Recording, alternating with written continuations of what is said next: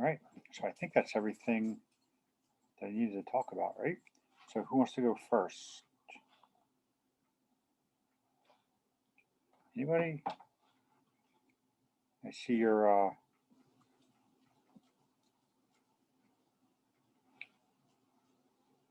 who is CS? It's me. It's my daughter's name. Oh, Maricel. Oh, I see it. You're trying to trick me, Marisol. Yeah, every time I had to change her name, but I didn't have a chance. Okay. Okay, so nobody is jumping to share from their screen. So I will go into my emails. And Dave was the first person this week to email me. So you want to start, Dave? I want to pick 5 out of here. I just sent another one a few minutes ago too. Is that the one you want to start with? Yeah, maybe go first with that one because it's kind of interesting.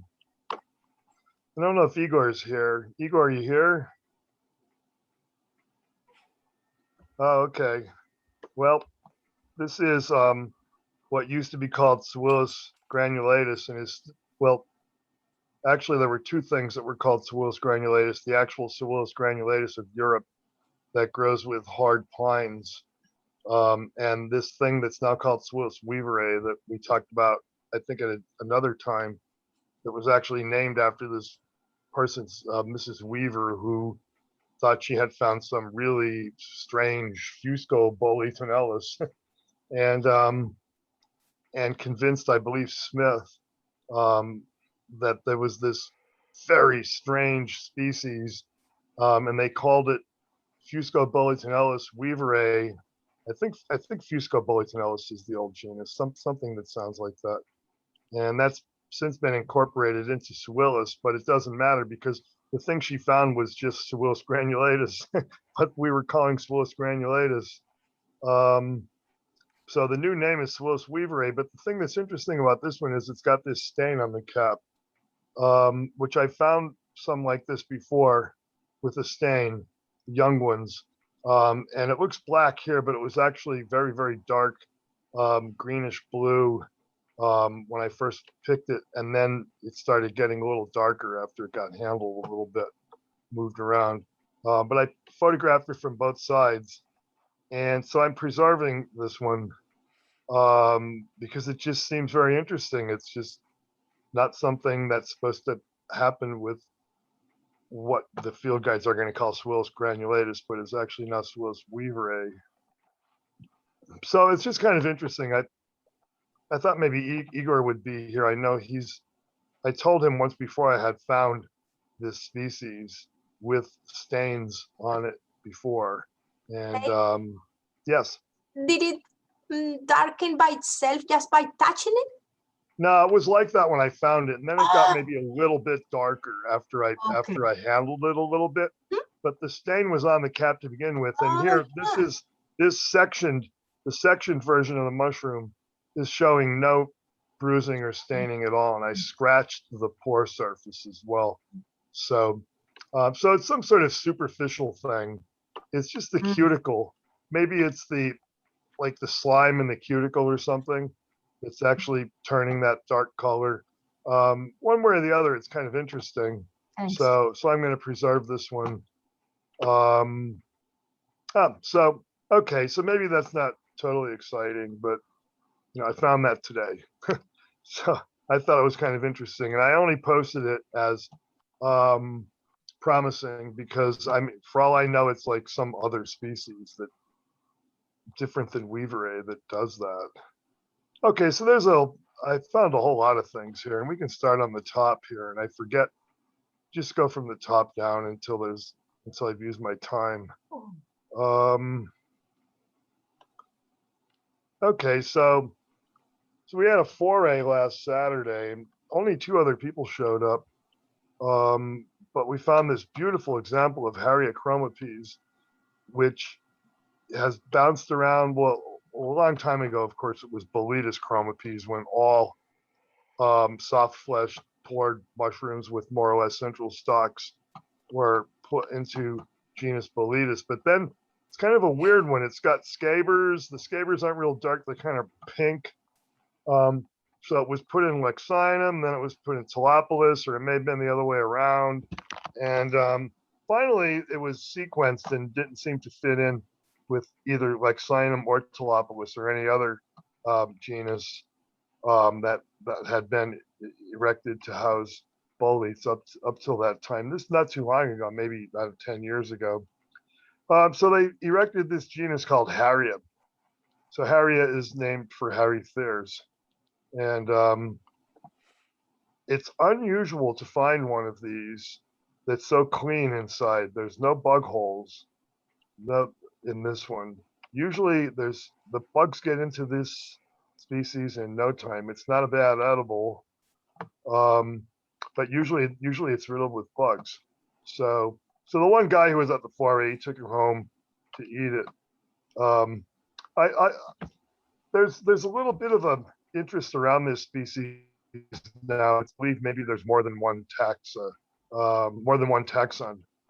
going by the name Harrya chromapes. So if I find another really nice one like this, I'll probably dry it out for study. But see the yellow on the bottom of the stalk? That's called chrome yellow. So that's why it's Talopolis, or I'm sorry, Harrya chromapes. It's the chrome foot bolete. It's pretty common around here, but you have to have hemlock before you're going to find this. I'm pretty sure it's a hemlock associate for the most part. So that was a nice one to find. You go to the next one. It was. I've got a question. Well, it was Roy Howling that erected the genus Harrya for his father-in-law. He's married to Barbara Tears. Oh, right. Yeah. You know what? I guess it was. Yes, there you go. It's a howling species. Yeah, it's a howling name. Yep, that's it. Yep. He has his wife Barbara. Yep. Right. Yeah, thanks for pointing that out. Yeah. Anything else?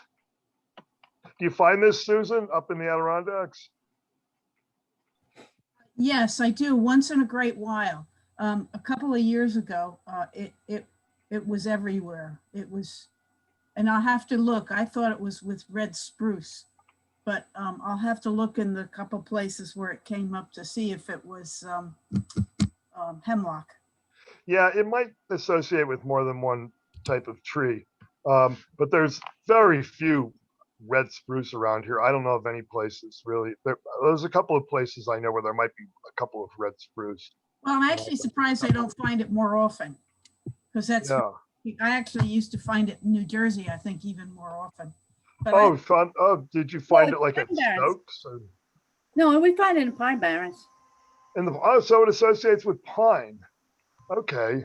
You know, maybe it is pine that this thing grows with more so than hemlock. But some of the places I find this have more hemlock than pine, and maybe not much pine at all. So maybe it just associates with a lot of different things. We found two last at the foray last year at Stokes. Mm-hmm. Yeah, Stokes is the kind of habitat where I find this species around here. Mixed woods with hemlock, and you know, maybe there's some white pine mixed in there too. Birch, things like that, mixed woods, but usually hemlock present. Okay, what's the second one down? I forgot. I was in a hurry when I sent these. I think it was last night, and I was kind of tired, and I just wanted to send the email quickly. Oh, so I attended Brandon Methane's presentation on the Anacevaceae. And so I'm trying to learn the new genera. And this was in my yard 2 days ago. They seem to fit the general description that would put them into genus Pseudosperma. They have this funky odor. This is a green corn or spermatic odor. It's variously described. There were a few of them on the edge of a lawn in rather poor soil, and near a wood border, and probably associated with the shagbark hickory. There's this really old shagbark hickory on our property. It's got to be 100 years old, and it seems like a lot of mushrooms associate with that tree. There's also white pine over there. and some small oaks and a few other small trees.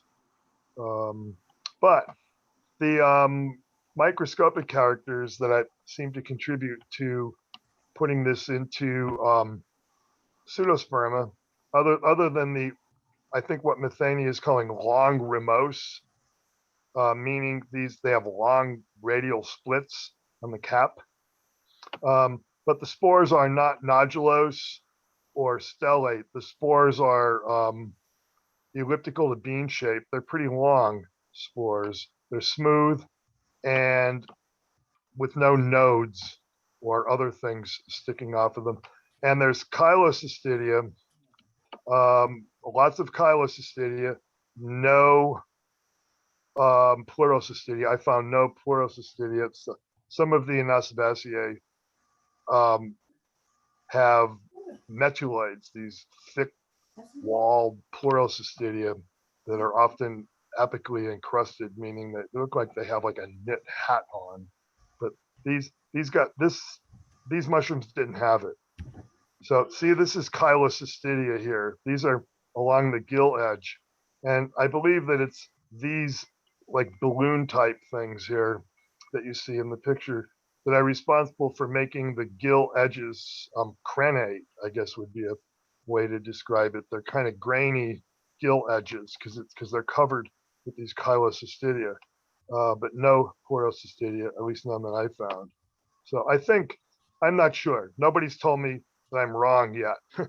I put it on Mushroom Observer. I also posted this onto the Facebook page, Advanced Mushroom Identification. I don't know if anybody has responded on there. I didn't look yet, but that's that species. I don't know a species name for it. There's actually quite a few of the Anasabaceae, and I think they're not all in the same genus even, that look like this one, that have these shiny yellow to light brown caps that are rimose, meaning they split radially. And some of them have nodulous or stellate spores. So I think, if I understand correctly, having the nodulous or stellate spores would put a species into genus Inocybe, good old genus Inocybe, which continues to exist as one of the Anasabaceae. Okay, so I found those. I dried them out. They're stored.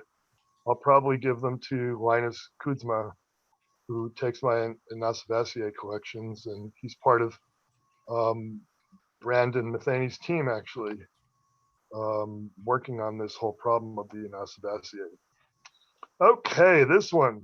Okay, time for an LBM. So here we go.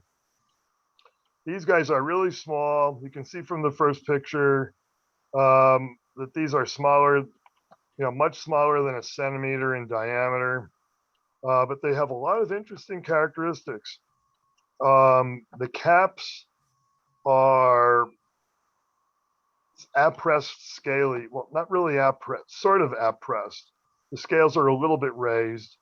I was really stuck on this. I couldn't decide whether I thought this was a flammulaster or a foliota. So the foliota that came to mind was foliota granulosa or granulosum. I forget the ending. But at any rate, Jacob Polk came on Mushroom Observer and says he thinks this might be Foliota subsulfurea, which was a species I didn't know. And the reason why I thought flammulaster was two things really. Along the edge of the cap, there's this appendiculate material that forms like these triangular flaps. That's a trait generally that I associate with genus Flammulaster, in particular Flammulaster iridescella, and a few of the tiny Flammulaster species like Rhomboidospora, I think it's called. I forget. Carpophilia. Anyway, so I thought maybe Flammulaster. So I posted it as could be Flammulaster. But there are some things that point more towards Foliota. The ornamentation on the cap is more like a Foliota. Flammulaster has grainy caps, not so much scaly as really like these thick grains on the, at least Arena does. So there's the spores, they're more or less ellipsoid.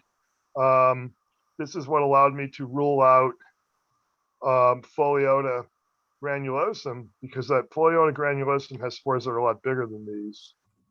So that's why I thought, well, okay, maybe this is a Flamulaster, but these are some of the Chyloscystidium.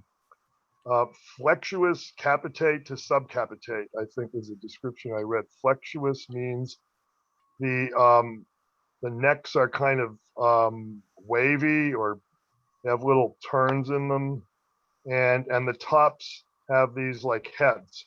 So they had having a head like this, a rounded head, would be capitate, and subcapitate is like when it almost has a head.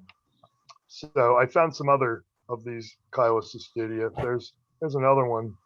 I didn't find any Porocystidia. At least, I don't even know what this is right here. It's these like fibrils, and I think this may have been one reason why Jacob thought maybe this is not Flamulaster, because I guess I don't even know what these are. These were so small. By the time I lost one of them. I managed to lose one of them, so I only had one to work with. By the time I tried to mount some material to look at under the scope, it's so small. I mean, I couldn't get a decent section. I just tried to rip some gills off, and I guess I got some other stuff too. And I don't know what that fibril type stuff is. And if somebody thinks they know, they can suggest. But you see the cap here. It's kind of scaly and almost grainy, but not quite. So an interesting little LBM. And what else do we have here?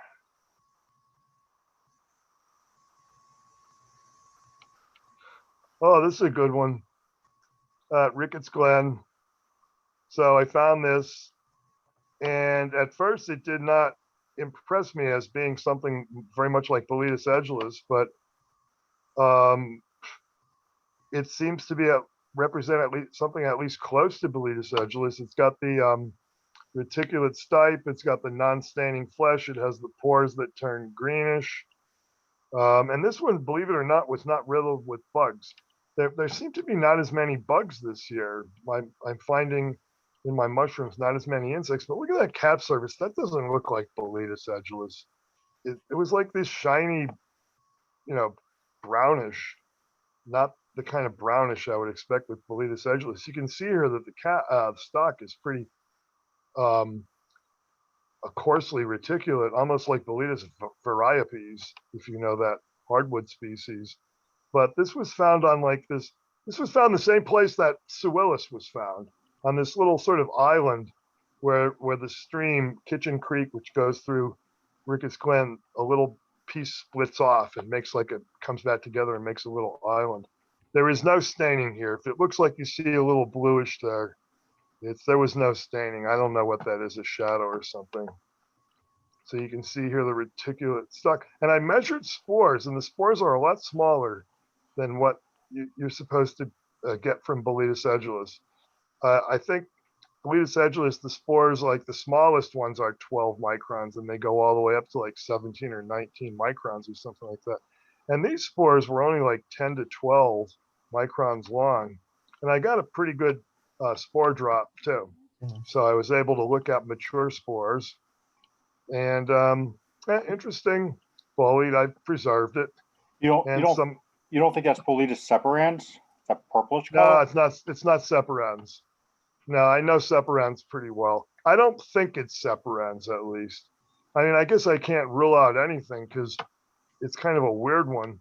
But I'll double check. I'll look at these spore dimensions for separans. Yeah, I mean, I didn't think it looked hugely like separans, but separans always has that purple stipe color.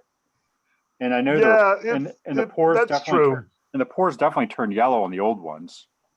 Yeah. Well, they're in Boletus section Boletus. Separans is in Boletus section Boletus. Boletus section Boletus is all the king boletes. Edulis, Separons, Variopes, Reticulatum, whatever that one's called. There's a few other ones. Pseudopinophyllus. These are North American species. You could always try putting ammonia on it. Subcerulescens, which actually does stain blue. You know what? I should compare this with, I didn't think of this. I should compare this with Subcerulescens, because that grows with hemlock sometimes, and this was in a hemlock area with a pine, with a white pine also. Yeah, you know what? I'm gonna check that to see the spore dimensions on Subcerulescens. Maybe that's what this is. Cool. All right, well, I'm going to move on, okay, Dave, to Yeah, go ahead. let some other people go. Virginia, would you like to go next? I'm also going to stop for a second. I'm going to mute everyone again because there's some like whining, weird background noise.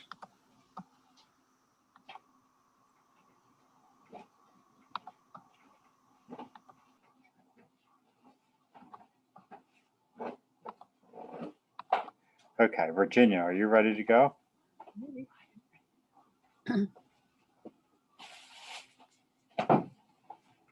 Okay, this is a slime mold which I got in a moist culture on leaf litter, and this was from West Virginia in Morgan County. It's kind of on top of a ridge. This was back in March where I collected the litter. I've been, after they developed, I've been holding on to it. And it took me a while to figure this out. And I didn't figure it out as to the species either. So there's the light brown. You can see the sporotheca there, and it has a short stalk. Okay, and then the next one, and then it fruited up on the side of the container. Several of them did. I had 6 different containers, and each one had maybe 1 or 2 fruit bodies in it. So, and as you can see, where the stalk is attached, it has what's called a hypothallus. It's kind of dark reddish brown. Okay, the next one. That's the stalk where I squashed it. That shows that it's fibrous, because that's an important characteristic. I mean, these are all, in Stomatoteles, if there's no lime at all, and if the spores are dark, that's Stomatoteles. But if the stalk is fibrous, it's likely to be Chamatrica. So that's what this was. And you can see some of the spores there are reticulate and spinulose, but there's better pictures of the spores later. Okay, this is, I tried to blow the spores out, which was a big chore because they didn't come out easily.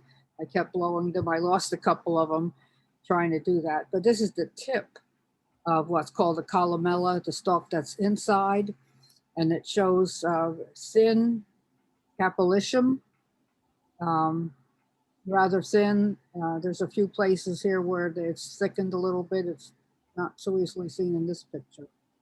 But okay, the next picture, that was another one. I'll keep going. That's another one that shows the whole stalk. And I couldn't get the spores out of the bottom of it. As much as hard as I try to blow it. So the next one, that's the capillicium. That's the columella on one of them that came to it just kind of petered out near the top, but there's others that are more interesting. So keep going. This one, that reddish brown area right in the middle was kind of a swelling. The columella was narrow and then it swelled out like that. So the next one. And that's another one, that's a different one. And that shows sort of the same thing, where at the very tip of the columella, it seems to be either split or swollen. And then the next one, and those are the spores. They're spinulose and they're reticulate. And there's a few Chamatricas with reticulate spores, and maybe one with spinulose reticulate, but it didn't match that. Okay, that's a different one. Oh, get back. That shows the top of the columella where it kind of just splits, and then each one of those forks kind of extends out onto another piece of the capillation. I don't know. So the spores form, Virginia, the spores form individually on the little branches from the columella? It's all loose. Pygidium kind of thing. They don't form attached to anything. They're surrounded by the threads, but they're not attached to the threads of the capillation. If you, Interesting. yeah. So it did not match anything. I went through the whole list of all the Kamatricas on Nomen Mix. Every single one. I looked at every one, all the descriptions and the photos that I could find. It does not match anything. So I don't know what species it is. To me, it looks like the spores are attached to the threads, almost like a grape would be. Not necessarily directly into the spore, but like it looks like it is attached to the threads. No, they're not attached. Oh, I mean, it's not like a lichen where the threads go into the algae. I mean, it might appear that way in the picture, but they're not attached. They're loose. And eventually, if I could blow them all out, you'd end up with nothing but the stalk and the capillation. All the spores would be gone, which was what I was trying to do, just to get an idea of what the structure of the capillation and the stalk was. But I couldn't do any better than that. So I don't know what it is. Can you do DNA? I don't do DNA. Can you send a sample to Igor? Because he's doing it for our club. Oh, I don't know whether they do DNA. I mean, I don't know. I mean, some people might do DNA. I mean, my best bet would be to maybe send photos to Steve Stevenson. I think. So I might try to do that. Yeah, if you want. You have Igor. Igor sometimes is on this feed. Yeah, I know. I don't know. Does he want slime molds? It's unusual. I think Igor makes selected collections and sends them to Linus Kuzma, and then finances the sequencing himself. But recently, I believe Igor filled an order that was put in by NJMA with Fundus to have a certain number of things sequenced. And I believe he was supposed to have sent that in maybe a couple of weeks ago. And so that might now be a thing of the past where he's just able to choose a bunch of things to put aside for sequencing. Basically depend on Steve Stevenson if possible, what his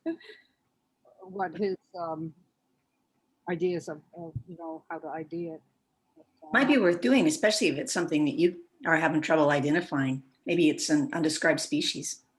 I mean, it could be as different as it looked, but I think, I might check with Steve Stevenson first. Yeah, I was gonna say my guess, this is just speculation, but I would guess that you would have to, if you were gonna sequence it, you would have to sequence it with people who specialize in sequencing slime molds, because, every group is different. People who sequence insects, like they have their own primers that they use. Right. Plant people have their primers, fungus people have their primers. I don't know anybody in particular who's doing slime molds. Yeah, I've never even heard of anybody doing it, but surely somebody's doing something somewhere. Yeah, some university. Cool find though. Beautiful picture. Yeah, always cool stuff, Virginia. Luke, would you be able to reach out to a different mycological group to see if they have a person for Virginia? I don't. Stevenson is the person. Sarah Lloyd is one of the best identifiers. She's in Tasmania, but I think she's on iNaturalist also, so maybe she'll notice it. I can see if she has any ideas too. I guess I can put a note in there. I'm excited for you, Virginia. Pardon? I said I'm excited for you. Thanks. All right, well, thank you, Virginia. All right, Sue, you are next. Yes, I'm here. Can you hear me? It's not showing yellow lines. Mhm. I can hear you. Yeah, okay. So this, I was excited to find one of my first mycorrhizal fungi. Of course, I learned it as Boletus subglabripes, but when I put it into iNaturalist, it comes up as Hemilexinum subglabripes now. But it's a very pretty yellow stem, somewhat smooth, a little bit ragged, sometimes a little pinkish down at the bottom. And then this beautiful kind of chestnut brown top, which, well, a slug probably ate it on the way growing. And then very yellow, lemon yellow pores, which do not bruise or change color. And I ate this last year because there's a spot at the Pulse Misfit where this grows sometimes in great profusion. So I didn't eat this one because I had a group of students that I wanted to show it to the next day. But it's a pretty little mushroom and I was excited to see it. So I don't know, I would assume you guys find it down there, but I find it quite a lot up here when we get enough rain. I find this more in the Adirondacks and Vermont than I find down here in Pennsylvania. Once in a while, I find it in Pennsylvania. And it's a good edible, like you said. Yeah, it is a good edible. How big is it compared to like a quarter? Oh, this is about 4 or 5 inches tall, about 3.5 inches across. By the time we picked it the next day and cut it in half, it was quite buggy, but if you get them when they're young, they won't have so many bugs in them. Of course, at this time of year, that's kind of a trick. It's if you see this sort of thing further into the fall, because I remember this mushroom can flush several times during the season. Which means that as it gets later into the fall, it's apt to be less buggy. So anyway, I was excited because it's one of the first mycorrhizal fungi I've seen here this season. Not a lot out here yet. Hence, I only have about 3 or 4 pictures here. That's a cat talking in the background if you hear him. I do hear him. He's a male cat with a high tenor voice. Okay, this is something else that I always see about this time of year, the spring, early summer, late spring, early summer.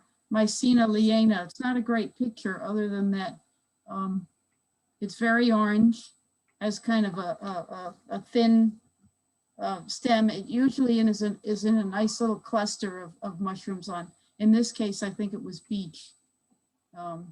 And then what sort of tells you for sure what it is, and this isn't a good enough picture, but the edge of the gills are slightly red, just very faintly along the edge of the gills. It's a pretty little mushroom. Mycena liana, sorry. I've seen this 2 or 3 times in the last couple of weeks. If you handle it, sometimes you get orange liquid on your fingers. Yes, orange staining. Yeah, you know, I thought of that and I thought, oh, maybe I should try this for dyeing.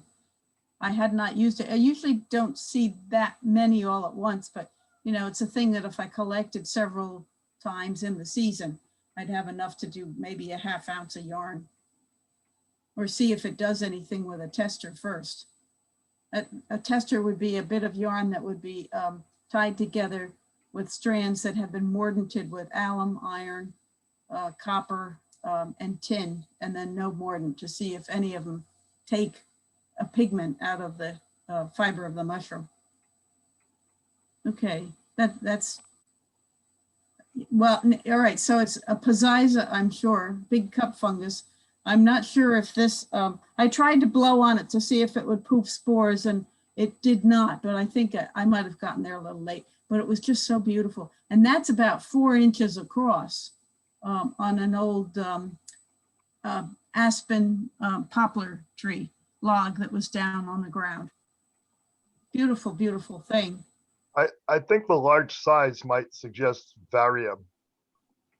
Looks like Varia too. The like sandpaper underside. Yeah, yeah. of. Yeah, I don't usually get into the spores, and it was too pretty to pick. So, and I also I'm still not quite using my basket to collect mushrooms yet because there's not going to be a lot in the woods to carry out. So I've been lazy and using a backpack, which, you know, you need something rigid for something like this. But it was a beautiful mushroom. Okay, and what was the, oh, this is the second or third time I've seen this year already.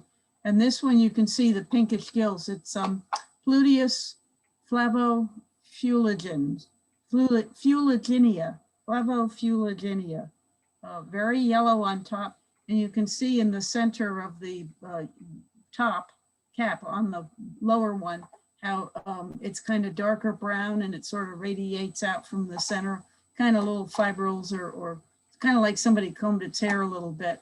And then the bright yellow color of the cap. And then the being Pluteus with the pinkish spores. So that's, you know, that's a good find for me. I had never seen that really until I came up here. Although this again was on a deciduous log, if I remember right, beech again, I think. Yeah, I think I identified this species last Saturday at Ricketts Glen. These similar yellow, there's a couple of yellow Pluteus that are kind of similar, but one that used to be Admirabilis, which is now Trisophlebus, I think, Yeah, has a striate margin. That's a lot smaller than this is. Yeah, it's usually smaller. Yeah, and it's generally smaller. Brown in the center of the cap. Yeah, yeah, and it has a striate margin, which this one does not. No.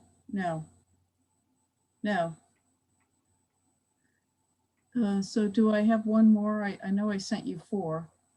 No, I think it was. I can't remember. No, sorry, that was it. That's all right. I could have sent you a lot more. Well, no, not a lot more. I saw a lot of things first this week, but they were all too wimpy or small or single to get good pictures. So I, you know, these were the ones that were most photogenic. But cool. I will see a lot more pretty soon, although we have also been dry here. Showers somewhat today, but not much. All right, well, good luck with that rain. Yeah, you guys too. For you, it's probably more desperate than for me. Yeah, it's pretty dry right here where I'm at and hot. But... Yeah, it's hot here, but we've had a couple showers today. Cool. All right, Audrey, are you there? Hello. Hello. So I don't have anything as exciting as that you guys have been bringing up, but this is what I found this week. Yeah, you can see I was really fascinated by the inside, the way that it grows from it seemingly like from the outside in, the way the structure is. But yeah, I assume that that's dead man's fingers. I guess polymorpha. I don't know how you say. Xylaria. Yeah. Xylaria polymorpha. Yeah. Good picture too. That's why it's called dead man's fingers. Mm-hmm. Yeah. Five fingers there. Yeah, but that's really good. Right. Almost worthy of a book. Oh, good. And the fact that it's white inside is always very interesting. And that picture you showed, it has a funny way of forming kind of little, I don't know what they're called, but they're kind of little squatty onion-like shaped things that the spores form inside and then they come out the top hole. Sometimes it's like a little pustule, but when you when you had that cross section of the white inside, you could see the little black, somebody else help me, what are those? What are those called, Luke? Those little black, they have a specific name. No, on the cut section. On the cut right section. there. Yeah, those are the little like embedded pustules where the spore, where the is it something like osteoperidial? Yeah, I can't remember the name, but it's very interesting. If Dorothy was here, she'd be able to tell you. Okay. Yeah, that's what I was really fascinated by, because it seemed as though there was, yeah, there were pores sort of in an unusual formation. Yeah, And this is, then go ahead. well, this is a Daldinia, but now they've sort of changed the gene, changed species, haven't they? Yeah, I was thinking it was Daldinia. I remember that last year at a foray we found some of these that were a little bigger, but they had that those layers inside. Concentrica is how I learned it. Daldinia concentrica. Childii now, or Childii. Oh, is that they what it used is? to do. Thank you. They've decided that Daldinia concentrica, I think, is an English species. Oh, that's a good picture. Yeah, that's really good. And do I remember that they also have some kind of a funny structure that is similar to the Xylaria, and how they form and exit their spores along the top surface, well, not skin, but that first 1/8 of an inch or so. Yeah, don't they like have just they're like little pits, and the pits are lined with the asci? Yeah, yeah. That's the other thing. It's an ascomycete, right? Mm-hmm. Yes, it's definitely an asco. Yeah, that's a good picture for the concentrics layers. That's probably the same thing when it's younger. Yeah, that's the same thing. And the light it was sort of on the underside of a log, and so the light was strange. So the outside appears really pale in this photo, but it was fairly dark brown. Yeah, Cool. when they mature is when they really go very black. Hello? The name is Perithecia. Oh. Perithecia. TH. Perithecia. Yes, Or those little containers like yeah, flasks. yeah, the little pits, right? Yes. Yeah. The little pits are called perithecia. That's right. Thanks, Marisol. Yes. Okay. Good, thank you. All right, that's all. Thank you. Great. Thanks, Audrey.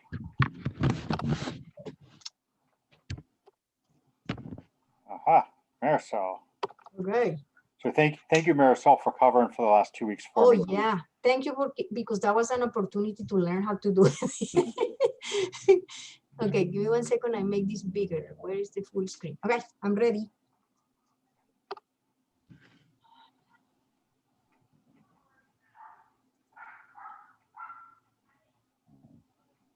All right. Oh, they didn't do the ID. All right.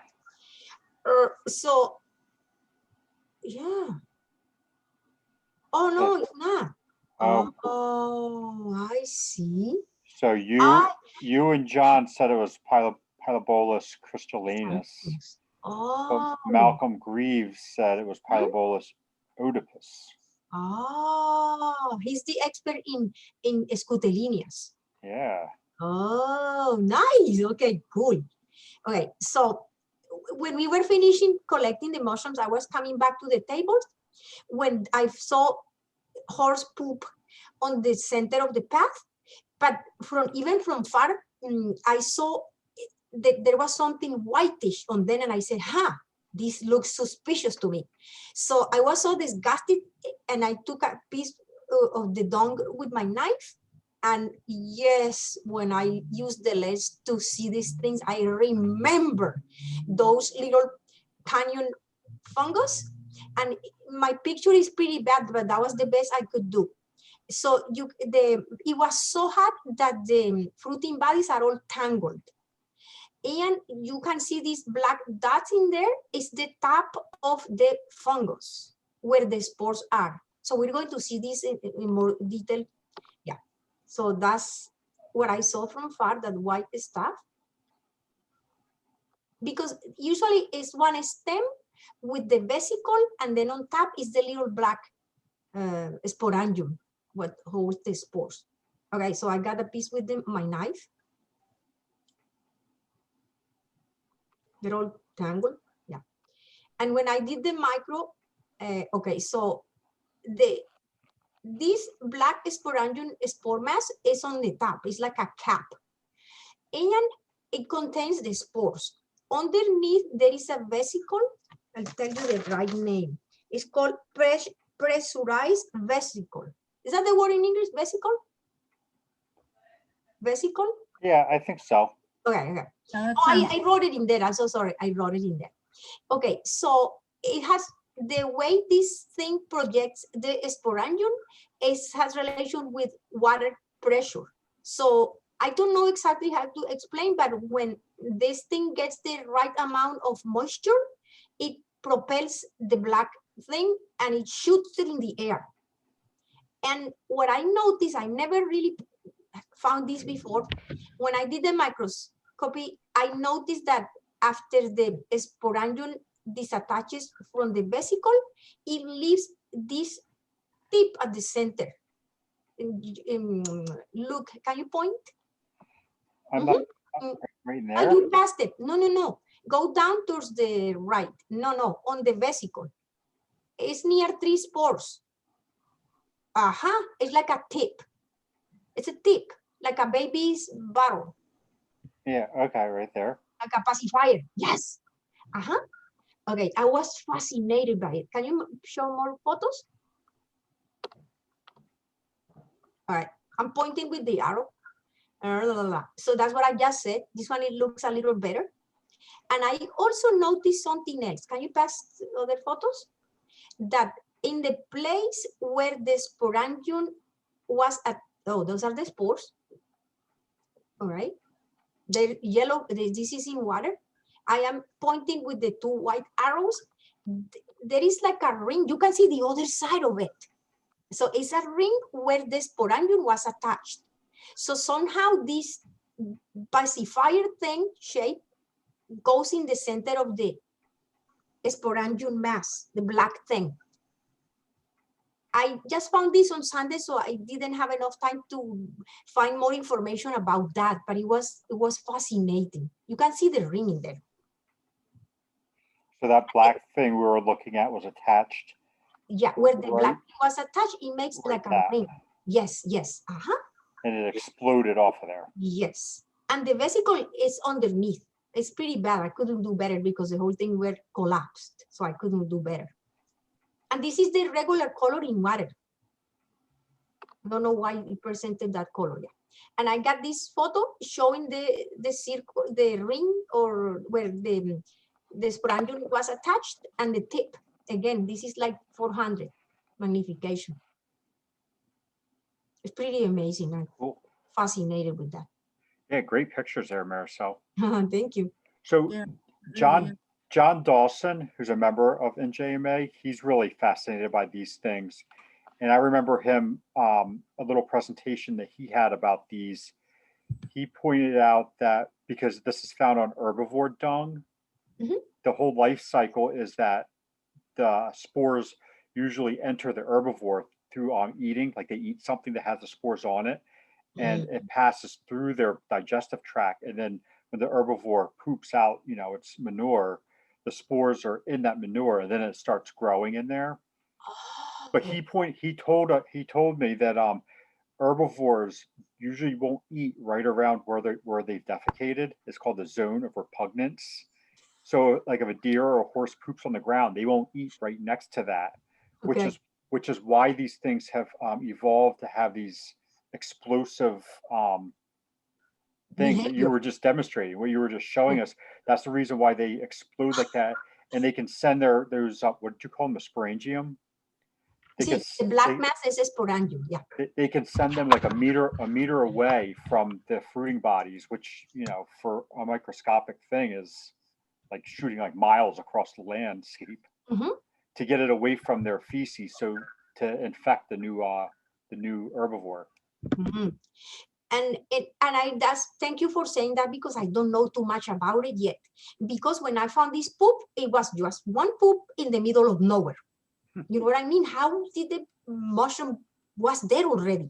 So it's inside the body of the horse. So the idea is that sporangium ejects off of that fruiting bot, off of that fungus, and lands on another blade of grass, And then the Oh. herbivore will come up and eat that blade of grass, and the spores pass through the animal's digestive tract. Mhm.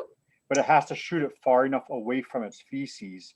Oh, because it won't come close. Yeah. That Right. makes sense. It doesn't want to eat around its, around its poop.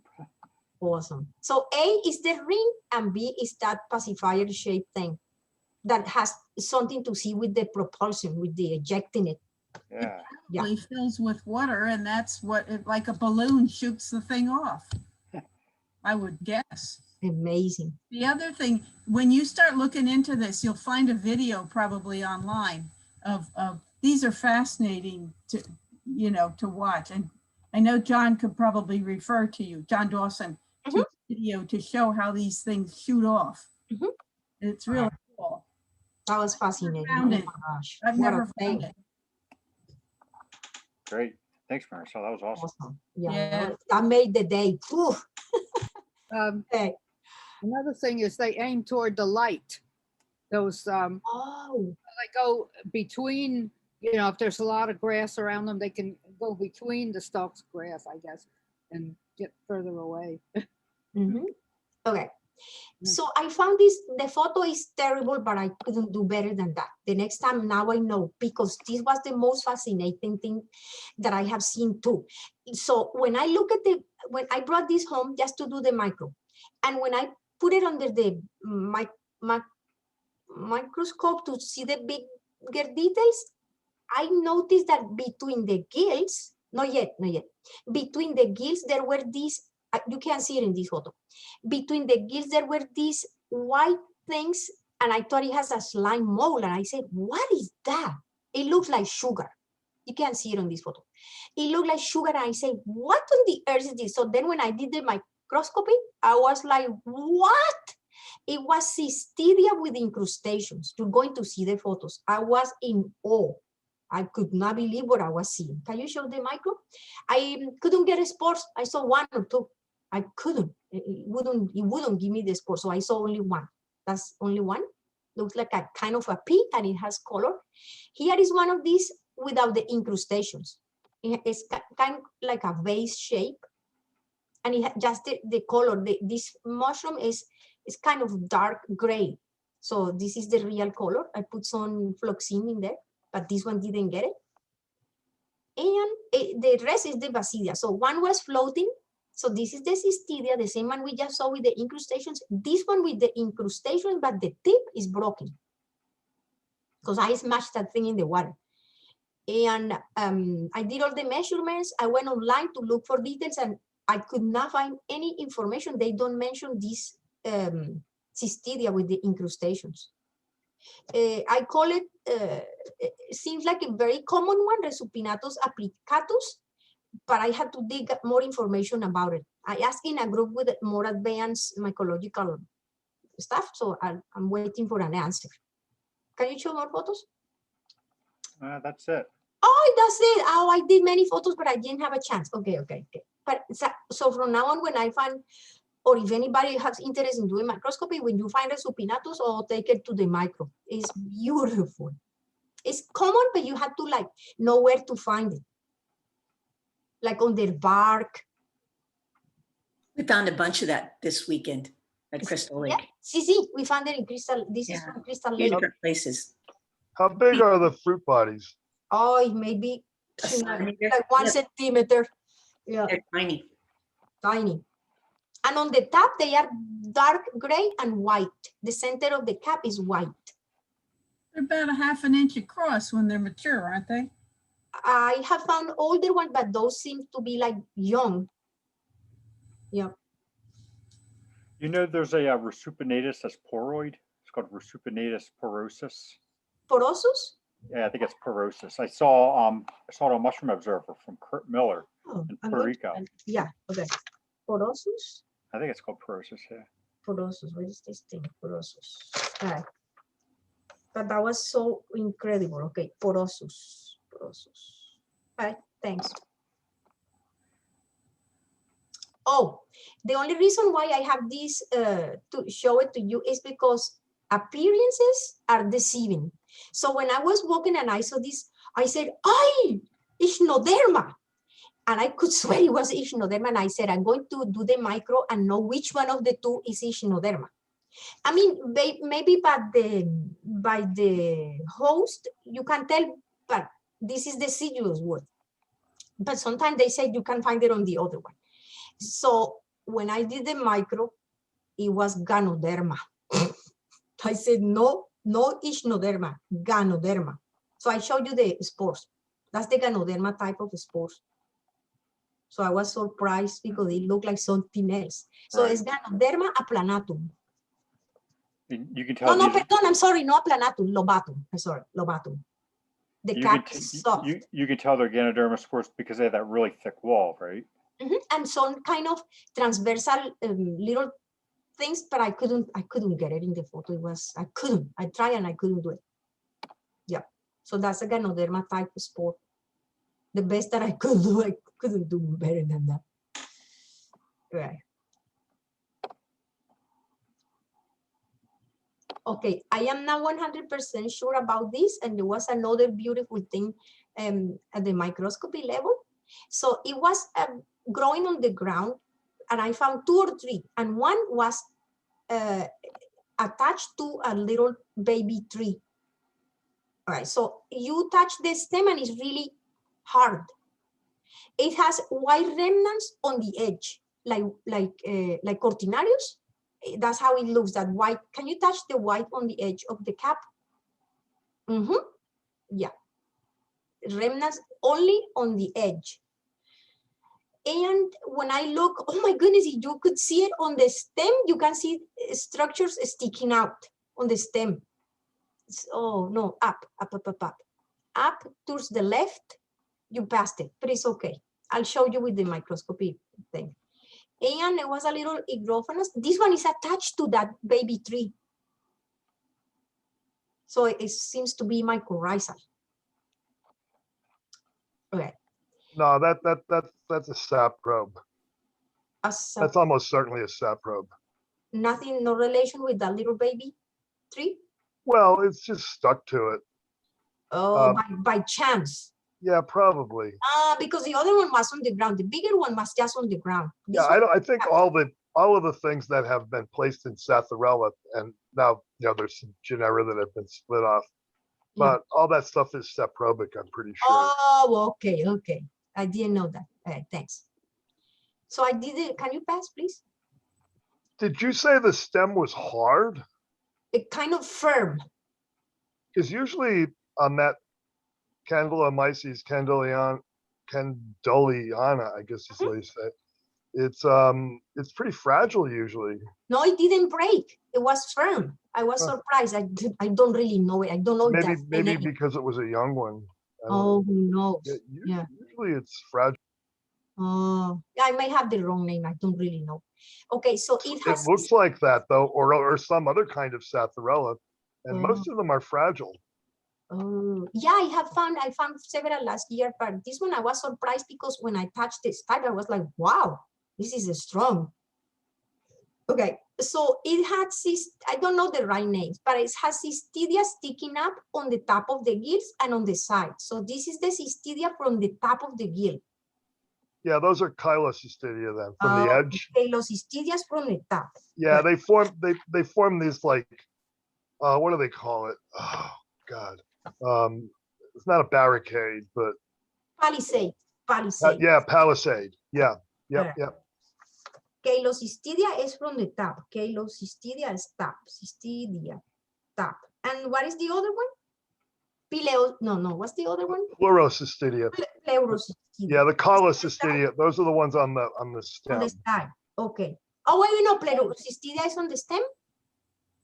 Chyloscystidia on the stem. Pleurocystidia on the faces of the gills. That's what I meant. I wanted the faces of the gills. Okay. Yeah, Pleurocystidia. Okay. Pleu, yeah, Pleurocystidia. Yeah, that's it. Okay. Yep. Yeah, okay, thank you. Pleurocystidia, so I guess maybe you try to pronounce every letter. So that's from the top of the gill. Can you please pass? Oh, it's still from the top of the gill, and one of the spores. And this is some contents. So on the stipe, there were these long fingers like projections. I don't know the right name for the cystidia on the stipe. Caulocystidium. Oh, caulocystidia. A-U-L. Yeah, I know the word. I know the word. Yeah. Caulocystidias from the stipe. I got it. Okay, so they were really long in comparison to the other ones from the top of the gills. And they have these weird contents inside. I pointed with the arrows, some kind of rounded things. And I noticed in many of them, they had this concentration of these contents. I have no clue what it means, but it was beautiful. Can you pass? One spore. It's kind of yellowish. Oh, that was it. I have more photos, but I didn't post more. What's the spore mounted in? In water. Water. Okay. Mhm. Yeah, that looks like a dark Yeah, it Satharella was type dark, spore. like a yellowish, brownish. Yeah. All right. So I thought that was very interesting. The stipe was so beautiful, like palisades of vertical hypha with these sticking up fingers, the caulocystidia. Yeah, but I don't know if that's what I said it is. No idea. David, what do you think? Yeah, it looks like Candlomyces candoliana to me. Oh, okay.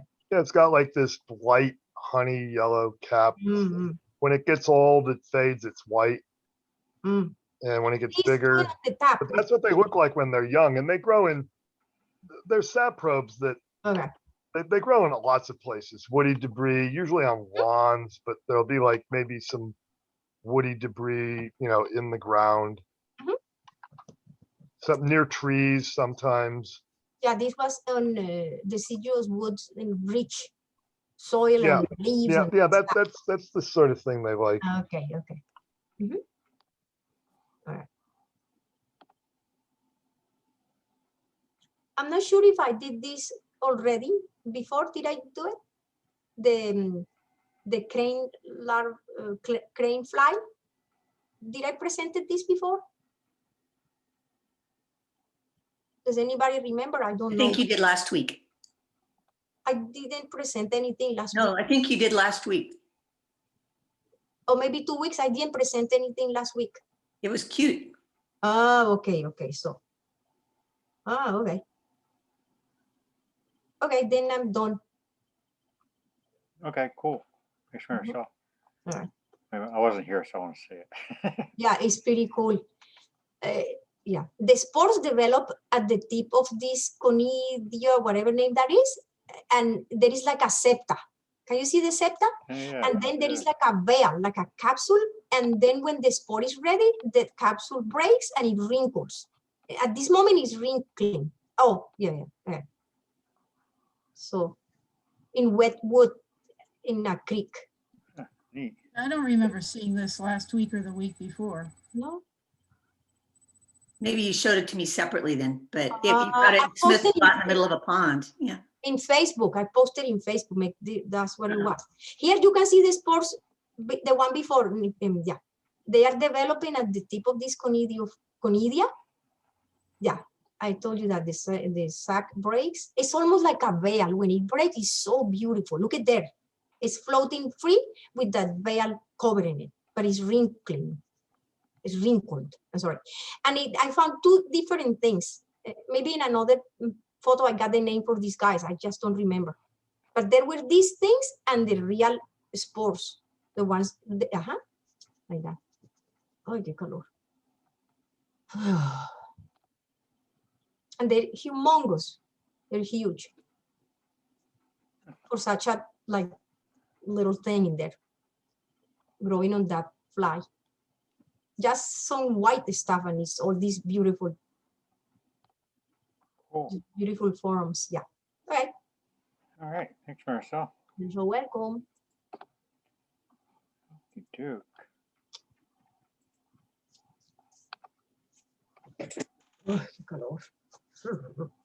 All right. Can you guys see that? Did I switch over to iNaturalist? Yes, Luke, you did. Okay. Great. Sometimes it doesn't.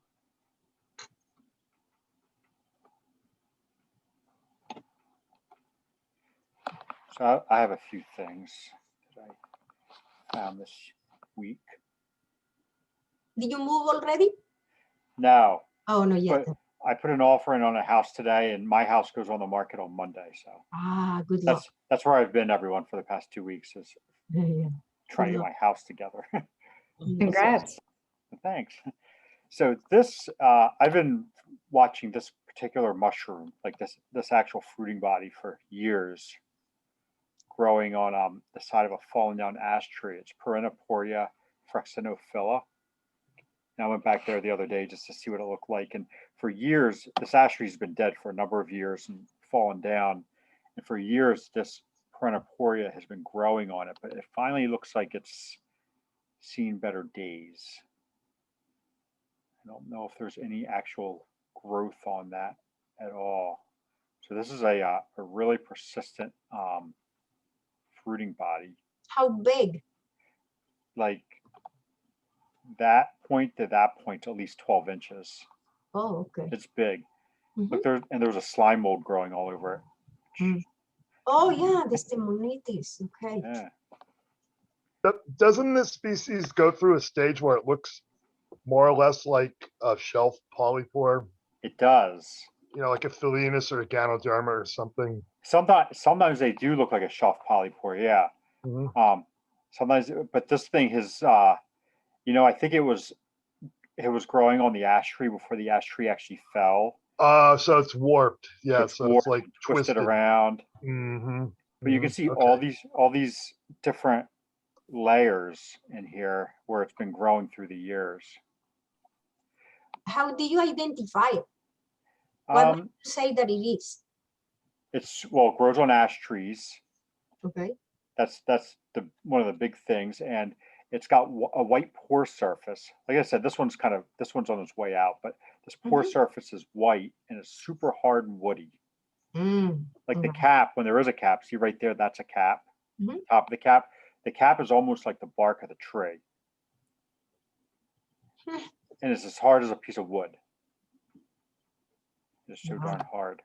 So Tom Bigelow, he mentioned to me that he suggested that this mushroom may be becoming increasingly rare in this area because the ash trees are all gone, or in my area they're all gone. I think it's probably the case in most of this area. And it's not really. I've never seen it growing on anything else. He hadn't seen it growing on anything else. So we may not be seeing much more of this mushroom.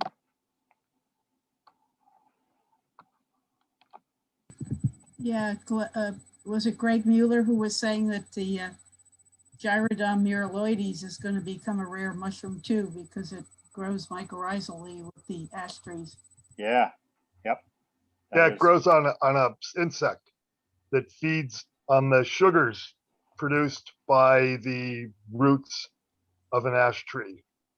It's actually like a parasite on the insect, which I believe has some sort of relationship with the ash trees. And yeah, for that reason, I submitted some, what is it? Is it Boletonellus or Gyrodon or Muraloides? I put some in the New York Botanical Garden, dehydrated. Used to be a weed in New Jersey about 30 years ago. See it? Oh yeah, it's crazy. We had it on our property here. It was every place. Any place there were ash trees, you'd see a lot of it. Yeah, I was going to say, now that you mentioned that, I can't tell you the last time I've actually seen it. I haven't seen it now for a couple of years. I still have some ashes near me, around me specifically. So if it rains, it's another one that likes a lot of water. It has to rain a lot before it'll come up. And then it'll come up in bunches. All right. Then I have this photograph. These were found under a pin oak. So I call this Rusula Marii. Do you notice a distinctive sort of smell with this? I mean, it's like a nice smell with this species. No. Like a little bit oily, but in a good way. I'll have to smell it the next time I see it because I can't remember actually smelling it. Although if I find it, I never find that many around here, but if I find enough of them, I do eat them. They're really good. Yeah, these are good. Like I didn't even bother taking this home because there's only 2 caps, and Right. you know, so what's that going to do? All you find. What's that? Sometimes that's all you find. You didn't take them home. Did you not use the Kibby Fatto key? No, I didn't. Okay. Yeah, these are pretty easy to recognize. The bloom on the cap, like a dusting. Yeah, I don't see that on these. The dark. No, it's like a white bloom. Yeah. Hmm. Well, I was just say the dark center also though. Yeah, and the color, it's a certain. Sometimes these are red actually, but usually they're this color. And the stem is usually flushed the same That looks color. like one that would have gotten Ray very excited. You know, maybe I'll have to go back there and grab a few. And I have that key. I'm seeing that the gill looks a little bit like it's serrated too. More to the right. Well, maybe. Hard to see. Also, but you know, and the other thing is I don't know what the spore print color is for Russell Amerii, whether it's truly white or this looks like it might be about a CD or so. Well, I did not take it home. Yeah, I forget the sport print color for this. It grows in my yard. Next time it rains, I should be able to pick a few. Pretty mushroom. Yeah, they're gorgeous. I mean, how much prettier does it get than that? Okay, and then the other thing I wanted to share, can you guys see this? Did my Facebook show up? Yes. Okay, I made this animation. I can't get it to blow up very good on here. This right here though, this is an iNaturalist animation. These are observations of Buglossosporus quercinus, which I know an NJMA member found over this past week somewhere in New Jersey. I forget where he was at. I think somewhere in northern New Jersey. This is the mushroom. A lot of us saw it last year, but as of, you know, it's only started showing up in North America in the past like 5 to 10 years. I think maybe about 10 years ago was the first time I ever heard of anybody seeing it in North America. What's the sport print color for this? I don't know, probably white though, I would imagine. It was in Pictoporus for a while. Is that right? Pictoporus speculina? Is that the right genus? You know, that birch. The birch. Yeah, that thing's now not in that genus anymore, I believe. Yeah, they were in the same genus. Pycnoporus, I think it used to be. Yeah. Yeah. So I would imagine they're white. This is what the actual mushroom actually looks like. So I wanted to bring it up because I know it's being found right now. This is from last year, so I did not find this year, but it's a big polypore. I mean, this is 6 inches across, pure white pore surface, and the cap is kind of this orangish color. But see how it bruises? That's from me touching it. It bruises super readily and kind of turns like a reddish color, and it's super bitter if you taste it. Does it have scales? Yeah, kind of scaly. I don't think that's like big heavy duty scale, but it does have a pattern on the top. Okay. So in Europe, this thing only grows on really old, mature oak trees. And it's become really rare in Europe because they don't have very many big old oak trees left in Europe. Like they say they like really mature oak trees. So it's really uncommon in Europe anymore. And then just only in the past 5 to 10 years, all of a sudden it starts showing up here right in the Mid-Atlantic region. And here it doesn't necessarily seem to prefer the really old oak trees. It seems to, like, I found it on an oak tree that was no more than 2 feet wide that had died and fallen over, so it wasn't really that old.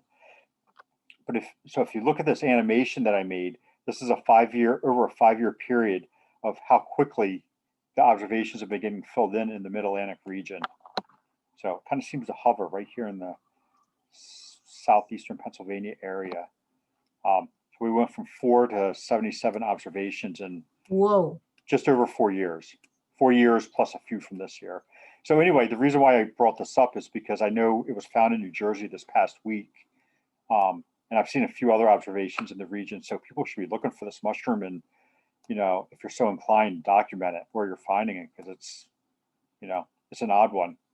Because a mushroom like that, if that had ever been found here in North America, it would most certainly be in some guidebooks and some checklists, right? And it's not. Nobody's ever included that in any polypore checklist, or like NJMA has no records of ever finding it in the past 40 years that we've been keeping records. So there you go. That's what I have for this week. Did it have a name other than Bugula, whatever? Glucososporus, which means ox tongue, like an ox. Like it was called Piptoporus. Is it Piptoporus? Could you type that name in the chat or something? Yeah. Let me Google to make sure I'm saying it right. I've never seen anything like that or heard of it. It looks Last year twice. Yeah, none of us ever have until recently. Yeah, the old here, I got the old name for you. It is Piptoporus. Like I said, if you look up in European books, you'll find Piptoporus corsinus. There you go. I just typed it in. Oh. I think we just found that at Stokes a couple of weeks ago, and then Jed was the person that found it at Jockey Hollow State Park recently. Yeah, that's what I was thinking of, was Jed. Oh, so you guys found it at Stokes, huh? Yeah, kind of an old beat up thing, but maybe it looked beat up, but maybe it just had been handled a lot. They seem to get that way. I found it last year also in Jockey Hollow. And it was this week, actually, almost probably about a year ago exactly that I found it. Place for mushrooms, Jockey Hollow. Yeah. Used to be one of my favorite places to hunt. Actually, one of my mushroom finds that I was going to share today looks similar to that. So you'll have to let me know if that's it or not. Okay, cool. All right, so next, let's go to Lauren. She was next in there, and then Bianca, you say you have some stuff to share. And I see Timur was asking about sharing. Let's see if I got an email from him. I have not. I found these two amanitas yesterday.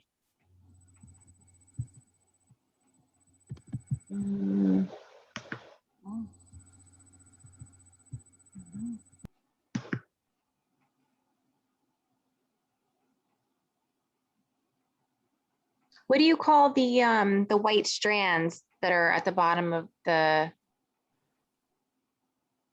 base? Rhizomes or rhizomorphs or. Okay.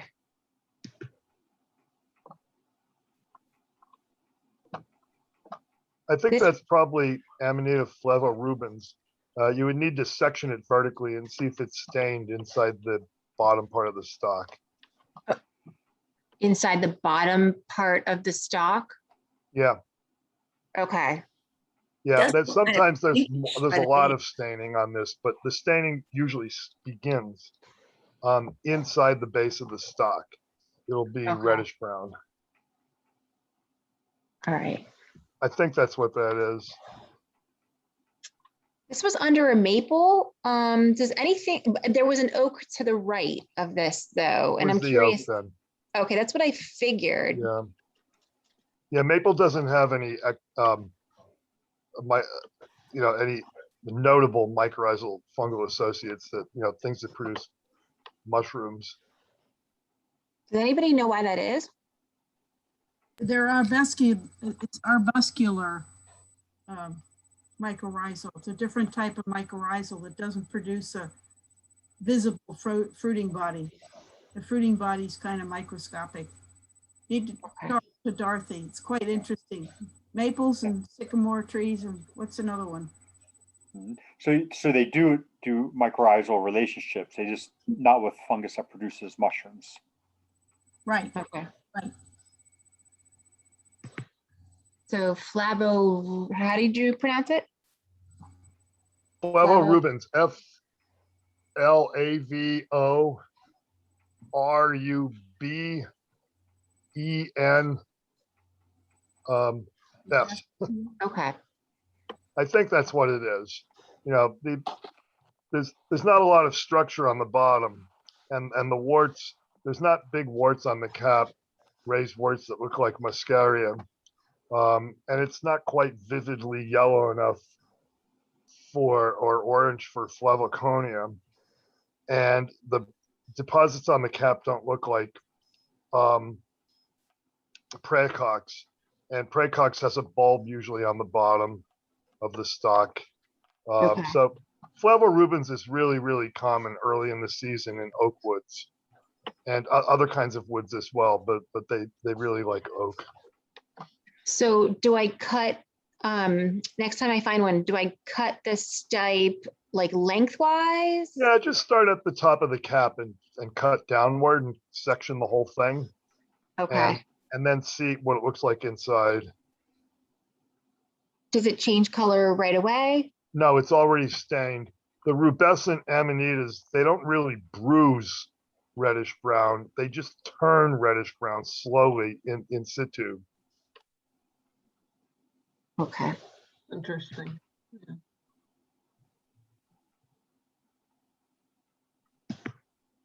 Mm.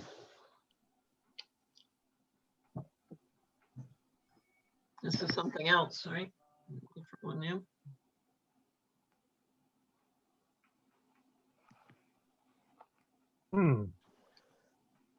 Yeah, it might be the same thing. Okay. It doesn't really, there's not enough basal structure there to really think that it might be a muscaria or something else in section Amanita. Things in section Amanita tend to have a bulb at the base of the stalk, where the ones that are just like enlarged, like have a clavate stalk, like a club-shaped stalk, are usually more likely to be in Validae. And so that's a ring, right? But it's not the entire bottom of the stalk that's sheathed in something, is it? Because I'm assuming this thing's an Amanita. Oh, I see. Yeah, and I see the torn ring on the right. The torn partial, and the partial veil is also sort of clinging to the edge of the cap too. Yeah, I'd say this, I would guess this is Flavorubens. Okay.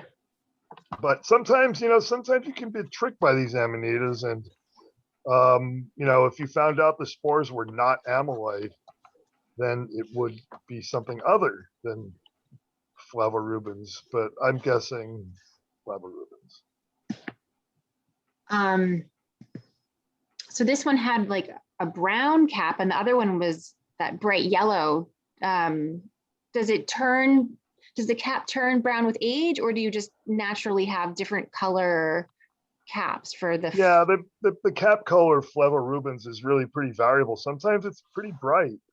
I could have posted, and I didn't think of it, I could have sent along a picture of a mushroom I picked at Ricketts Glen that looked really like Flavoconia. It was pretty bright, orangey yellow, but it had the stain inside the bottom of the stalk, which would not be the case with Flavoconia. So it must be Flavorubens.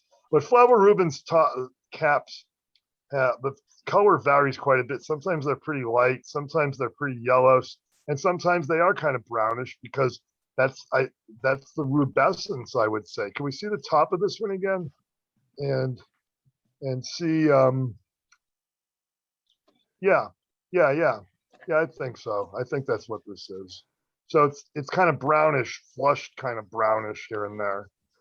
And so I imagine that is the stain that's developing. One of the hardest things about mushroom identification is that a lot of them will change color and look and even where the ring and some other features are as they age. So when you see one that's young, it can look an awful lot different when it's older, which I think Dave is right here in this case. It's varied a lot. It's faded, it's dried out, it's been out there a while, and it's even lacking its rubescence because it's getting old. So you may not see all the features that make it typical to identify it. Okay. Well, they were only, I don't know, maybe 15 feet away from each other. So, and there were more coming up too, little babies popping up. So watch that spot. Could be a lot of interesting stuff. Okay. All right, that's it for me. Thank you.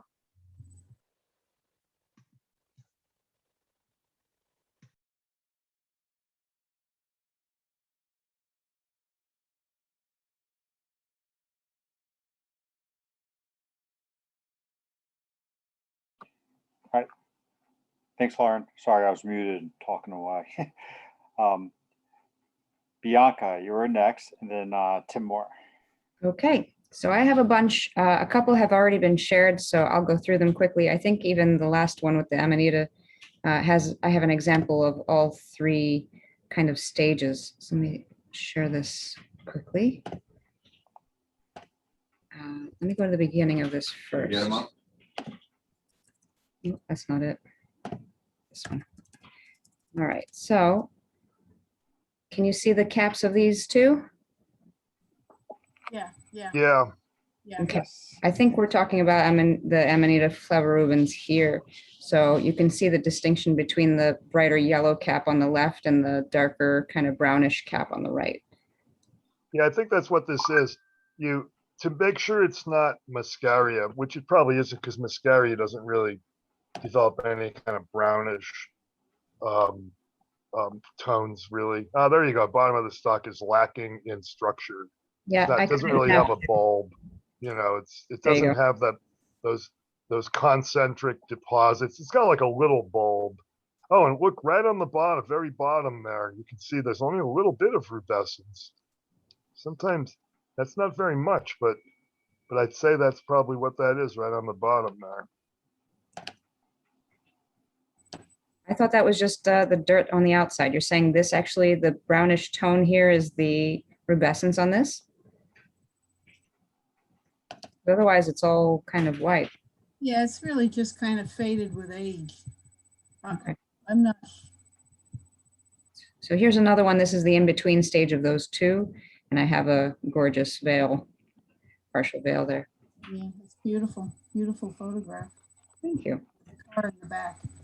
Oh, okay. So this is the stump where, if you all remember the slime mold, the potential Dictyria anthelium. Yeah, it's all gone. Um, Sorry. What's left of it, is it? Nope, there's nothing here. There was some in this upper left portion, and then you could see this. I can even share the before picture if that helps. Let me do that real quick. Share this one. There you go. So this is where it was by this 4 holes. Yeah, there was nothing there. Yeah. Sorry. So once they fully mature and get dry, they're very easily dispersed. The spores get dispersed by wind and rain. Insects eat them, whatever, they disappear. Yeah, it's a shame. So this is quite large bunch. This is the top view of these 3 mushrooms in one space. So there's a better photo. This is old. I know this because it was crawling with all kinds of what seemed like flies and all. Say it again. There's a very specific beetle that likes this mushroom. It actually helps you identify it. I don't know what the beetle is, but it's kind of long and yeah. This black beetle right here. Yep, there he is. Yeah. Great. Someone can tell what the mushroom is as old as this is by the beetle. Wait a minute, it's coming. Megacalibia rodmanii is what we call it now. Very deep. The gills are very deep, top to bottom, with very little capped flesh. Yeah, these are really old. These are just sort of finishing up here, but it's one of your late spring, early summer mushrooms that if you have enough rain, it sort of goes on and on for a while. Does somebody mind posting that in the chat, please? Oh, somebody who's better at spelling. All right, so then this little guy, you can see the ant that's right next to it. This is a little bit of a bigger ant, so it's a little confusing. Let me see, I pulled it up. Did I take a picture with my hand? I don't know. Oh yes, there you go. So it's a smaller one. It's a You fuzzy. happen to break it a little bit? Say it again. Did you happen to break it? Oh, no, I don't think I did. Lactarius.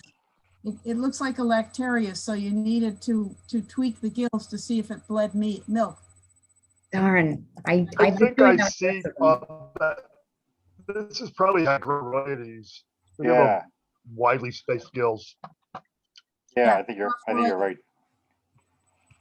Yeah, Hygroides has a lot of latex in it. I think it might be a lactifluous species now. Well, I learned it is Lactarius hygrophoroides. Yeah, it's just the last few years they split off this genus Lactifluous. I know Volemus is in Lactifluous, and I think Hygrophoroides is too. I'm not sure. The ones that have like a lot of milk, usually white milk, seem to be the ones that are in Lactifluous now. Lactifluous. Yeah, there's like a double U in there. Oh. Fluus. I think Yes. that's the way you spell it. Lactifluus. I think it is. Lactifluous. Okay. That's the species name. No, I'm sorry, that's the genus. And Yeah, what and then Hygrophoroides. I'll spell it in the chat. here? That's a good edible, by the way. Yeah, It it's real is. good. Ah, Fish. No, it's not the one that the one that smells like fish is Volemus. No, they both are a little fishy. Not my You think favorite. those are fishy too? I A little think bit a little bit. okay. like fish, so that's why I noticed. So I have no idea if this is a mushroom or not. It's a bunch, it looks like on a, not cedar, yeah, cedar bark. Pine. It looks like sap. It looks like sap on a pine tree. Yeah, Yeah. it looks like sap. Resin.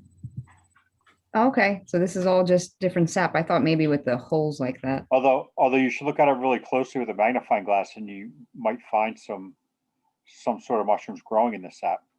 Well, I tried to put into like the 7 times lens, but I don't even see, I guess even that type of, no mushrooms that I can see anyway. It would be little black dots, Right, resin coated fungi. doesn't look like it. Okay, this is definitely a mushroom though. This is a nice light pink one. Another lactarius, it looks like. See, I broke it in half, so no no mushroom, no milkiness. I think it's a russulum. Mm. Yeah, looks like a russulum. Copy this first. Yeah, chances are we're not going to get further than genus on this. If Okay, you have that Kibbe Fado key, you might be able to narrow it down. I don't have keys yet. Yeah, there aren't that many of them out there, I guess. Okay, Yeah, but they're printed and kept in New Jersey, so somebody's got them.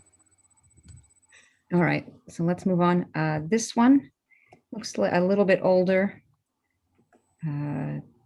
Looks like an Amanitas, very brown, and then kind of like a lighter brown with a little bit of the, I think it's called the reticulation on the stem, if I'm getting that right.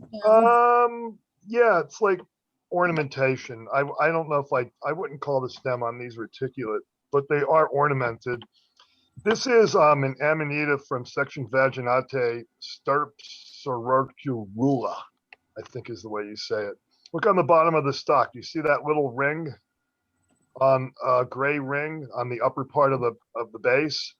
Yes. Yeah, that's the remains of the universal veil that was deposited on the bottom. So that's the basal vulva. It disintegrates except for the very top part, forms a ring around the stalk. And this used to be called Amanita strangulata. It was Amanita inurata. It was Amanita Barora Soro. It was some name that Rod came up with that had about 6 syllables in it. It Oh, meant like daughter of the woods or something. I forget. But that name was then defunct because it had already been written up by Yves Lamoureux as Amanita recopus. But there's more than just Amanita recopus It's likely this one might be Amanita rhacopus, but there's 2 or 3 other species that look pretty similar that are in this so-called designation Stirps sororcula. So it's in the in the common sense, you might call it a strangulated grisette or something like that. So this is a mini version, or it's a young one of that. Yeah, it's probably the same species. Yeah, Yep. nice picture. Thank Yep. you. See the way the Nice put in. universal veil is making these like grainy patches on the cap.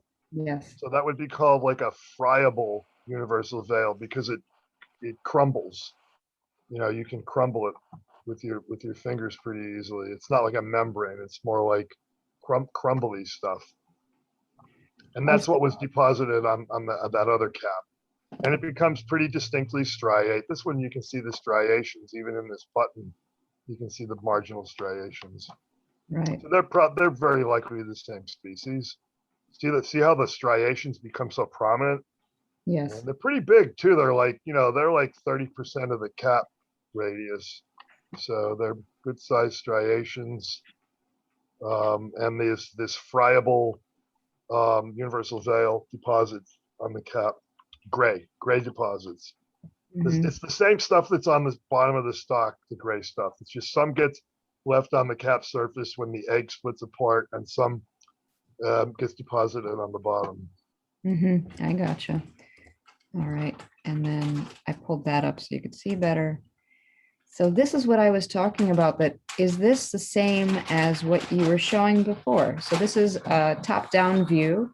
Let me zoom in a little bit. I have more pictures, obviously. So it has that little brownish coloration on it, like it's a young version of it, but I'm not sure. So I'll show more pictures. That's probably Rigiporus populinus. That's, you can see underneath, this is the what would be the pore surface if I don't know if it's one of those that doesn't actually even have pores. What did you call it, Luke? Rigiporus populinus, Oxyporus populinus. Oh, okay. Is that what it used Oh, to be? right, Oxyporus on maple.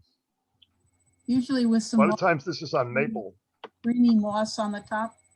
Yeah, Moss on the top. Yeah, you Yep. could see the moss on the top in the first picture. Yeah, there it is. So that's being called Brygioporus now? Rigidoporus, yeah. Oh, Rigidoporus. Okay. Oh yeah, see, like that's, I'm pretty Yeah. sure, and it always grows in those clumps at the bases of the trees. Here, I'll type the name in. Yes, please.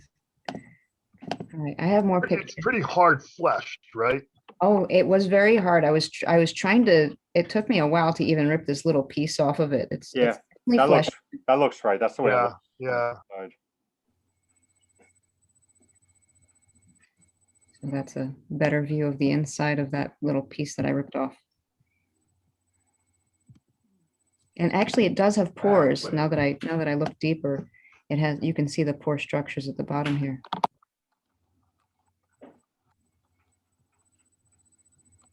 You're posting the name, right, Luke? Yep. Okay, thank you. Nice photos. Here's the last one.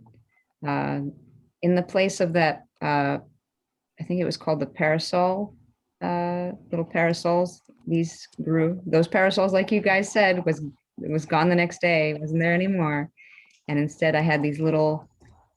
Here we go. No, not parasols. They don't call these parasols. No, not They these. call these sometimes dunce caps. Dunce caps.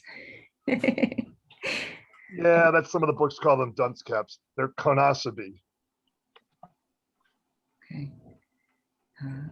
So let me. I'm pretty sure. Conocybe apala, I would think. Or Spore print lactea. should be like cinnamon brownish, sort of. ¿Es the sinónimo of lactea? Yeah, I think lactea is deprecated. I'm not sure, at least in North Oh, America. I think okay. it's Apala now. Okay. There's been like 3 names for this thing, and I think the most recent one is Apala. No, this one doesn't grow in APALA. rings. Excuse me? Doesn't grow in rings. Yeah, well, it could. it can, comes it up in the was morning, a you see it in the morning and it's gone by the evening. No, They not in shrivel up. rings. I see, I see. Maybe, but groups, a lot of They're times in groups. There were groups. I couldn't say specifically they're rings, but I definitely saw in multiple yards there were several spaced, not far from each other. Yeah, So here's a little bit closer of that. yeah, can this one's still a little bit immature. It looks like the gills haven't really turned. Although interestingly, these gills, maybe, I guess they're just very young, because I'm pretty sure that's what this is, and not some kind of Satharella. So I'm pretty sure that's Conosobe.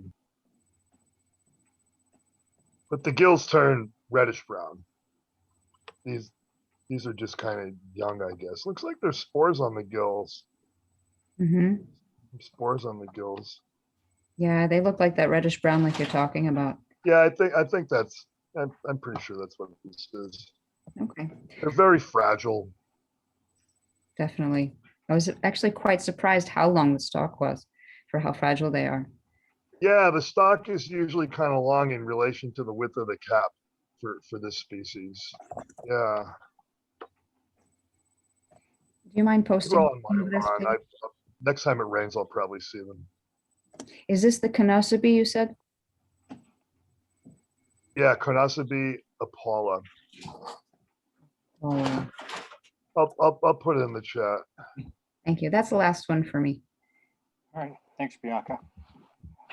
I also put in the chat that that Rusula key that we were talking about, the Kibifado keys, they can be found online right here at this the link that I posted.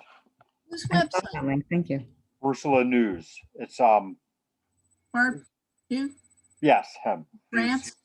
Yep, Buke, Bart Buke. It's I think it's his website. He has a lot of stuff on there. So they're pretty neat keys, although I warn you, they're not for the faint of heart, right? Well, Bart may have added to and updated also. Okay, so I'm going to share my screen. I have some something from Timur.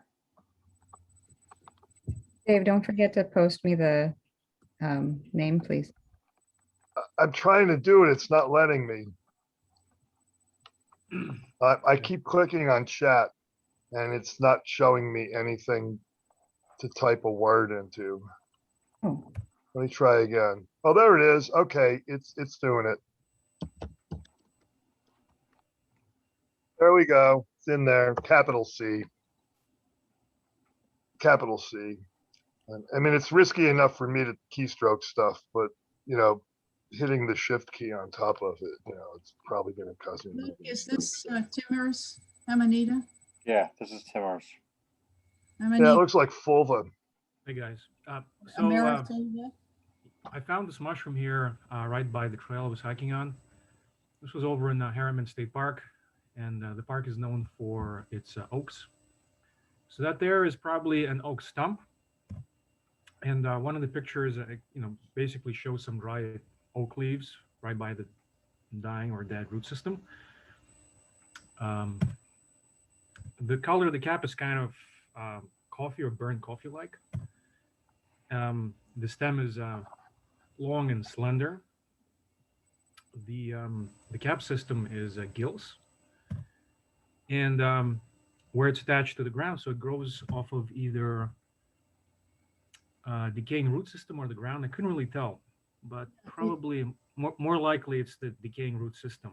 I think it's a coincidence that this is found on wood. I think some mycelium from an Amanita species. I think this is one of the species in the Amanita fulva or Amanita amerifulva cluster of species.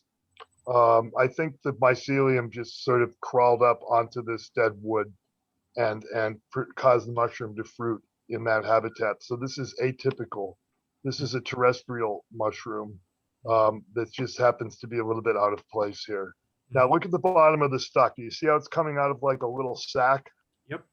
And yeah, that's the basal vulva. It's a membranous saccate vulva.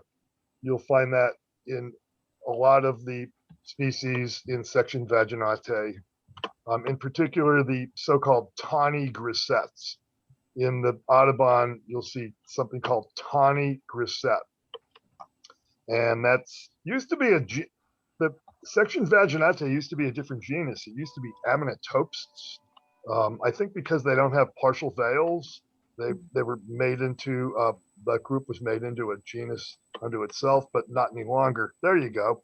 Yeah, See see that that? membranous saccate vulva? And do you see there's a little bit of brown staining on the vulva? Look on the top part of the vulva. If you zoom in there on the top part of the vulva, you'll see it's probably starting to stain brown just a little bit. That's a character of vulva.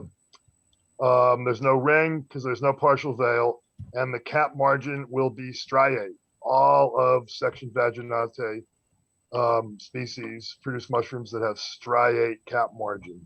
Yep, which it does. If you look at the last photograph, there's definitely striations. Yeah, and you see there's a little bit of staining coming in on the basal vulva, a little bit of brown developing. You see on the very bottom, you can see up on the inside part of the top, the marginal top part. So yeah, this is, it might not be Amanita fulva. Amanita fulva is a really interesting species. It's a European species that does occur in North America. And Rod Toulos told me that he thinks that this species actually migrated across a land bridge that used to connect North America to Europe, and then migrated, was like a northern species during, I guess, a warm geological period, and then migrated south into more or less mainland North America. And it's found pretty far south in North America. But there's a few other species too that look like this. So I forget the name. One starts with DAI, and it's really a long name.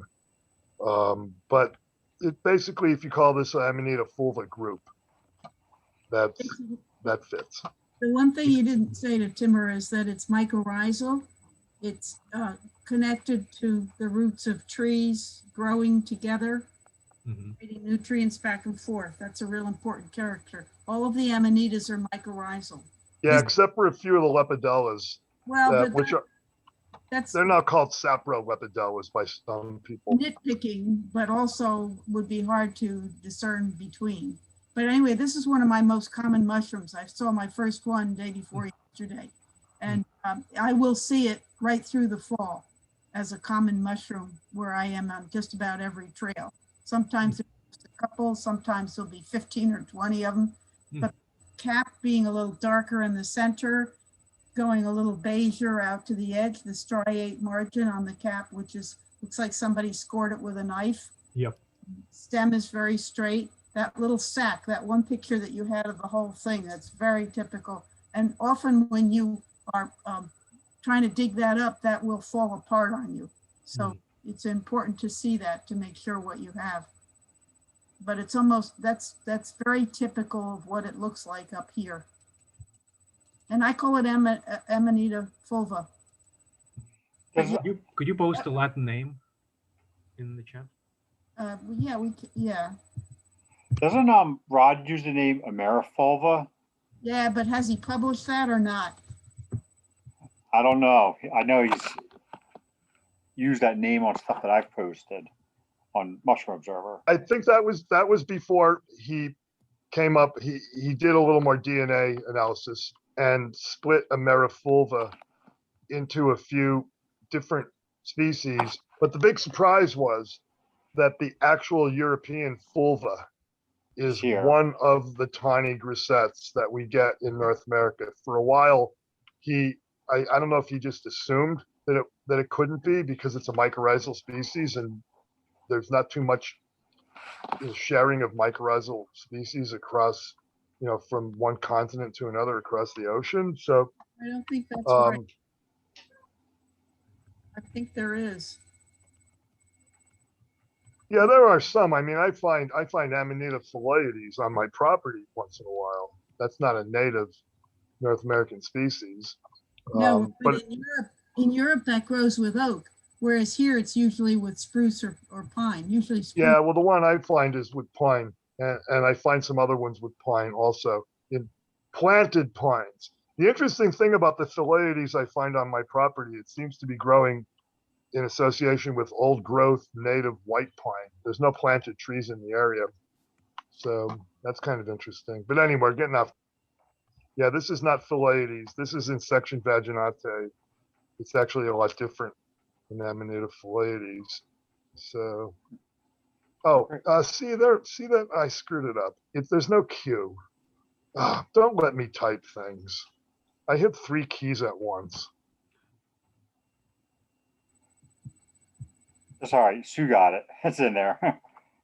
So, all right, Nice cool. job digging it up, Timo. Oh, Thanks, Timur. Thanks for sharing. All right, well, that brings us right up to 9 o'clock. So thank you everyone who shared. And I guess we will all meet here next week, same time, same place, right? Yeah, hopefully see you next week. I think I'll be around. So thanks and Thank good you. night. Thank you. Good night. right. Bye-bye. right. All right, have a great night, everyone. Good night. Bye. No, thank you.